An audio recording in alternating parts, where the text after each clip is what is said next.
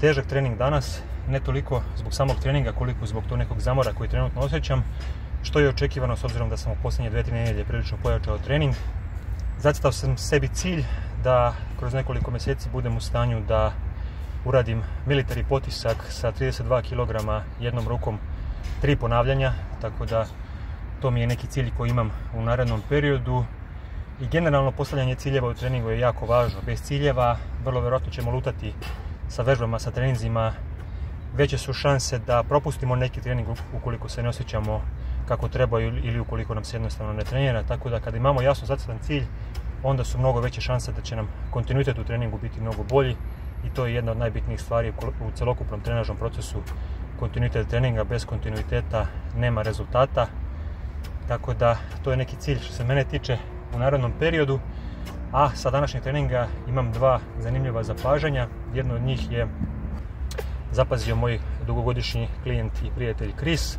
Radili smo seesaw vežbu i on je zapazio da mu je lakše da izvodi seesaw vežbu sa 2 girije, bez obzira što su u ovom slučaju bile 2 24-ke, nego jednoručni military press. Neko moje razmišljanje zašto se to dešava su 2 razloga. Jedan je zato što kada potiskujemo giriju jednom rukom, drugom rukom povlačimo giriju na dole i onda imamo taj kontrapokret, odnosno u trenutku potiska imamo vučenje drugom rukom, što jednostavno nam daje vrlo vjerojatno više snage i veću silu proizvodimo pri samom potisku.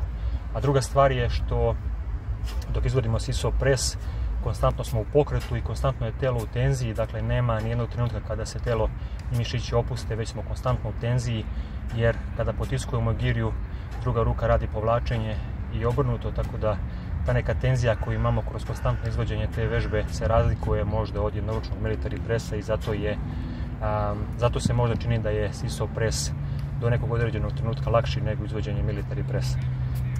Drugo zapažanje je nešto što sam ja lično ovih dana razmišljao i vežba koju često radim u posljednje vrijeme i koju jako volim, to je single kettlebell half snatch, odnosno half snatch sa jednom girijom. Zašto half snatch u odnosu na regularni snatch? Pa jednostavno razloga, ovih dana je prilično toplo na polju, dosta se znojim, šake su mi konstantno mokre bez obzira koliko god ih brisao, a half snatch je jednostavno malo nežniji prema šakama, u smislu da jednostavno spuštajući prvo giriju na grudi, pa onda je spuštajući između nogu, jednostavno taj pritisak na ruke, odnosno sam rad koji šake izvode je mnogo manji nego ukoliko radimo regularan snatch.